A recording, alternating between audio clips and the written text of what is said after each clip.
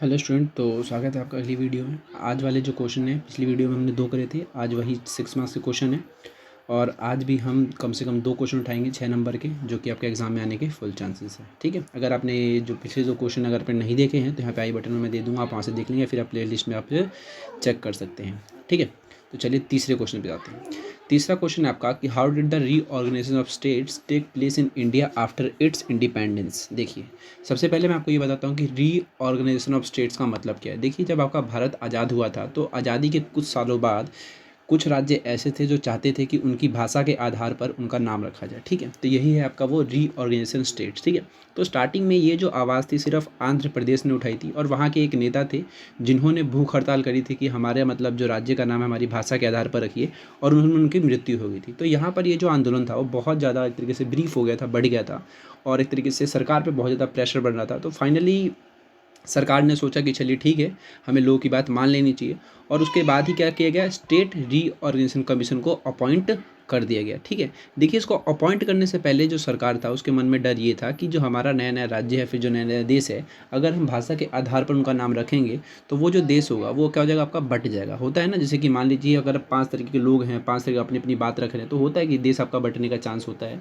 तो वही वाली बात थी यहाँ पर, जब आपका भारत आपका नया आज़ाद हुआ था, लेकिन फाइनली जो आपकी सेंट्रल गवर्नमेंट थी उन्होंने इसको मान लिया और अपॉइंट किया 1953 में आपका स्टेट रीऑर्गेनाइजेशन कमीशन। अब इसका काम क्या था, इसका काम ये था कि गवर्नमेंट जो थी, यानी कि जो आपका एसआरसी था, यानी कि एसआरसी कहते हैं शॉर्ट फॉर्म में, इसका काम ये था कि जितनी भी बाउंड्रीज वगैरह हैं उसको ये रीअरेंज करे। रीअरेंज का मतलब कि मान लीजिए आपका बिहार है, इस बिहार में जहाँ जो यहाँ पर भाषा बोली जाती है उस भाषा के आधार पर ये चेक करेगा कि ये जो भाषा है कहाँ से कहाँ तक बोली जाती है, और उसके हिसाब से उसकी बाउंड्री को वो फिक्स करेगा। ठीक है, एक एग्जाम्पल के रूप में समझा रहा हूँ। और इसी तरीके से इसने क्या किया, काम अपना स्टार्ट किया। ठीक है, और ये जो रिकमेंडेशन आ रही थी वो किस बेस पर आ रही थी, आपके लैंग्वेज बेस पे। ठीक है, तो वहाँ पर भाषा ही देखी जा रही थी, जाति वाति नहीं देखी जा रही थी।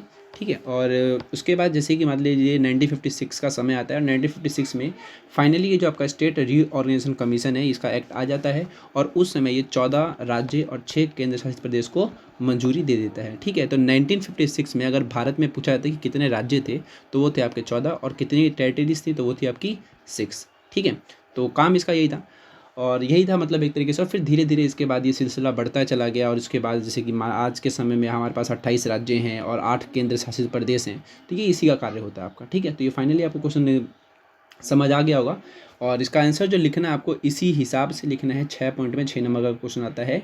तो ठीक है, चलिए अगले क्वेश्चन पे।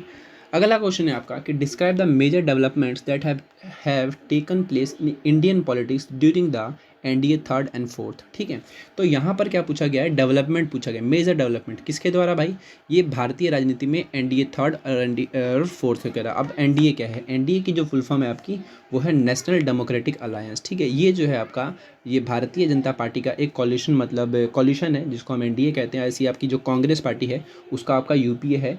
तो ये 2 भारत में मतलब एक तरीके से अलायंस जाने जाते हैं, बड़े बड़े नाम, यानी कि एनडीए और यूपीए। अब देखिए एनडीए थर्ड कब आया था, एनडीए जो थर्ड है आपका वो बीजेपी लीड करी थी इसको 2014 में, यानी कि 2014 में जो सरकार जीती थी वो कौन से जीती थी आपकी, वो एनडीए की सरकार जीती थी। ठीक है, तो थर्ड वाला तो आपका ये हो जाएगा, और जो एनडीए फोर्थ बनेगा आपका वो कौन सा बनेगा, आपका 2019 वाला जो इलेक्शन हो गया वो बनेगा। ठीक है, तो वैसे 2014 में जब सरकार जीती थी तो उसको बोला गया था सरप्लस मेजोरिटी कोलिशन, और जो 2019 में ये जो जीती थी उसमें ये नहीं बोला गया, लेकिन यहाँ पर बोला गया था कि ये जो पार्टी है आपकी सेंटर में जो बनी है वो कम से कम 543 सीटों में 350 सीटें जीती थी। ठीक है, ये भारत की पहली दूसरी ऐसी पार्टी थी जो इतनी बड़ी मात्रा में सीटें जीती थी। कौन सी, आपकी भारतीय जनता पार्टी। ठीक है, अब पूछा क्या गया है भाई, पूछा ये गया है कि एनडीए ने आखिर काम क्या क्या किया। ठीक है, तो काम जैसे कि इनका स्लोगन है सबका साथ सबका विकास, तो इसमें यही बताना होता है, और इनके द्वारा चलाई गई जितनी भी योजनाएं हैं वो बतानी होती है। जैसे कि मान लीजिए यहाँ पर कौन सी योजना है, प्रधानमंत्री उज्ज्वला योजना। तो इसके ज़रिए क्या किया गया था, उज्ज्वला योजना के ज़रिए जो सिलेंडर वगैरह बांटे गए थे लोगों को, फिर जो गैस कनेक्शन के बिल दिए गए थे, ये वो है। स्वच्छ भारत अभियान है, जनधन योजना है, दीनदयाल उपाध्याय ग्राम ज्योति योजना है, ऐसी आयुष्मान भारत जो कि हेल्थ केयर से रिलेटेड है, देश बढ़ाओ बेटी पढ़ाओ, और किसान फसल बीमा योजना। तो इस तरीके की जितनी भी योजनाएं वगैरह थी वो एनडीए की सरकार में ही चलाई गई थी, जिसमें ये आपका स्लोगन बना था आपका सबका साथ और सबका विकास। तो इस क्वेश्चन में करना क्या होता है, बेसिकली इस क्वेश्चन में यही करना होता है कि जब इनकी सरकार बनती है इन्होंने कौन कौन से कार्य किए हैं वो आपको बताने होते हैं। ठीक है, तो एनडीए ने ये कार्य किए थे, ठीक है। उसके बाद क्या होता है, जब ये सरकार जीत गई थी तो उनका तो स्लोगन ये था सबका साथ सबका विकास, कब 2014 में, लेकिन बाद में इसको चेंज करके क्या बना दिया, सबका साथ सबका विकास और सबका विश्वास, ठीक है। तो ये 2019 की बात है आपकी, जिसमें मतलब ये चीज़ स्टार्ट हो गई थी। तो बस इसमें आप यही क्वेश्चन बताएंगे। इसमें मतलब मान लीजिए जो मैंने लिखा, अगर आपकी लैंग्वेज अगर हार्ड लग रही है तो आप अपने मन से भी लिख सकते हैं। मैंने आपको बता दिया कि लिखना क्या है इसमें। लिखना बस यही है कि सरकार कब कब हुई है, 2014 में ये एनडीए थर्ड, और फोर्थ वाला टर्म जो है आपका 2019 वाला बताएंगे आप, ठीक है। और मान लीजिए 1 मार्क क्वेश्चन आपसे ये पूछ लेता है कि जो एनडीए थर्ड की जो सरकार बनी थी 2014 में, वो क्या कहलाई थी, तो वो कहलाई थी आपका सरप्लस मेजॉरिटी कॉल्यूशन, ठीक है। तो ये आप बता सकते हैं। और इसके अलावा और क्या लिख सकते हैं इसमें ये लिख सकते हैं, मतलब आसान क्वेश्चन बता रहा हूँ कि किस तरीके से आसान बनाया जा सकता है, कि सरकार ने कार्य क्या किए थे अपने कार्यकाल के दौरान, ठीक है।